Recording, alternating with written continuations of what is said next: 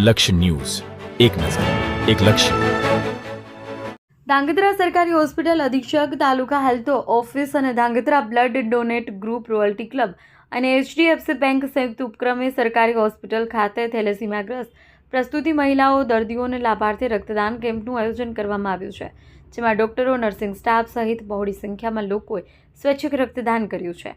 ધાંગધ્રા સરકારી હોસ્પિટલ અધિક્ષક તથા તાલુકા હેલ્થ ઓફિસ અને Dhrangadhra blood donate group, rotary club અને HDFC બેંક સહિત ઉપક્રમે સરકારી હોસ્પિટલ ખાતે રક્તદાન કેમ્પનું આયોજન કરવામાં આવ્યું છે, જેમાં રક્તદાન કેમ્પમાં સવારથી જ ડોક્ટર સ્ટાફ, નર્સિંગ સ્ટાફ, યુવાનો, મહિલાઓ, વૃદ્ધો, દિવ્યાંગ સહિત દરેક જ્ઞાતિના લોકોએ સ્વૈચ્છિક રક્તદાન કર્યું છે.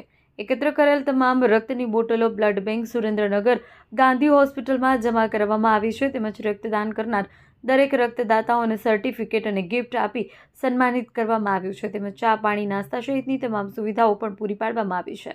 થેલેસીમિયા દર્દીઓને નિયમિત પડતી રક્તની જરૂરિયાતને ધ્યાને લઈ રક્તદાન કેમ્પ યોજાયો છે, જેમાં ધાંગધ્રા બ્લડ ડોનેટ ગ્રુપ છેલ્લા 5 વર્ષથી ધાંગધ્રા સહિત અલગ અલગ શહેરોમાં રક્તદાન કરનાર રક્તદાતાએ પણ રક્તદાન કરી અન્ય લોકોને રક્તદાન કરવાની અપીલ કરી હતી.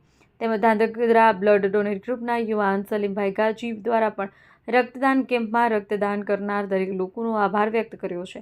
આ તકે taluka health officer doctor Viramani, in charge સરકારી હોસ્પિટલ અધિક્ષક doctor Kamlesh Dharajiya, gynaecologist doctor Neha Borecha સહિત નર્સિંગ સ્ટાફ, રક્તદાતાઓ મોટી સંખ્યામાં ઉપસ્થિત રહ્યા હતા. દેવમ ત્રિવેદી, સુરેન્દ્રનગર.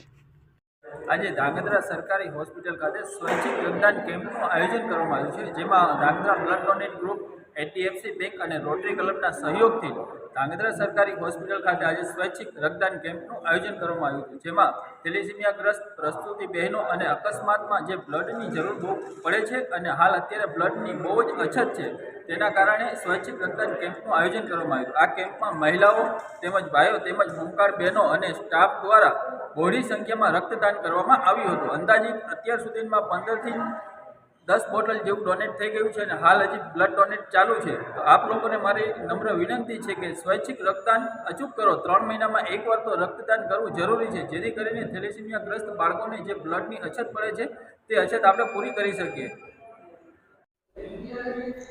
નમસ્કાર. આજે 1 ડિસેમ્બર એટલે વિશ્વ એડ્સ દિવસ એ નિમિત્તે આપણી હોસ્પિટલ ખાતે, સરકારી હોસ્પિટલ ધાંગધ્રા ખાતે આપણે બ્લડ ડોનેશન કેમ્પ અને IEC એક્ટિવિટીનું આયોજન કરેલ છે, જેમાં HDFC બેંક તરફથી, ધાંગધ્રા બ્લડ ડોનેટ ગ્રુપ તરફથી, રોટરી ક્લબ ઓફ ધાંગધ્રા તરફથી તેમજ મહાત્મા ગાંધી જનરલ હોસ્પિટલની બ્લડ ડોનેશન ટીમ દ્વારા સહયોગ આપણને મળેલ છે.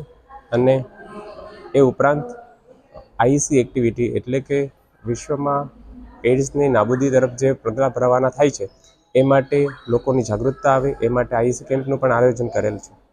આભાર. મારું નામ અલગોતમ નિકેતા છે. હું 10 વર્ષથી ધાંગધ્રા સરકારી હોસ્પિટલમાં નોકરી કરું છું અને મારો હોદ્દો છે RMNCH કાઉન્સેલર. હું ફેમિલી પ્લાનિંગ અને જે ડિલિવરીવાળી બહેનો હોય એની જોડે કામ કરું છું.